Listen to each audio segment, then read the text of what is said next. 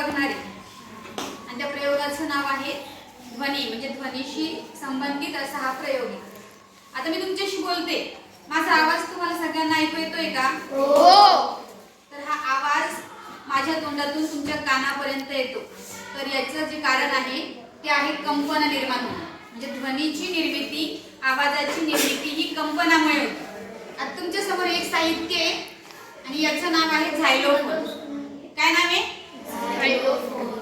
इथे वेगवेगळ्या आकाराच्या तुम्हाला पट्ट्या दिसत आहेत. आधी लहान पट्टी, त्याच्यानंतर मोठी पट्टी, अशा वेगवेगळ्या पट्ट्या या ठिकाणी आहे. आणि हे म्युझिकल इन्स्ट्रुमेंट वाजवण्यासाठी आपल्याकडे बघा या ठिकाणी हे साहित्य सुद्धा आहे. आता मी तुम्हाला म्युझिक वाजवून दाखवते. प्रत्येक पट्टीवर जेव्हा आपण हे वाजवणार आहोत तर प्रत्येकाचा आवाज वेगवेगळा येणार आहे. तिथे कंपन निर्माण होणार आहे आणि ध्वनी निर्माण होणार आहे. ठीक आहे, आता मी एकेका पट्टीवर एकदा वाजवून दाखवते.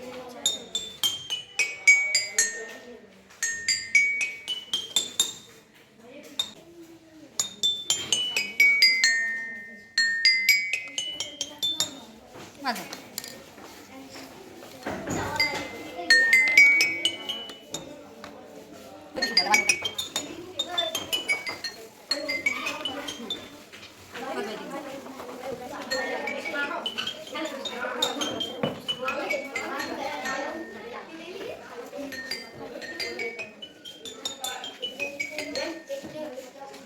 व्हायब्रेशन निर्माण होतं.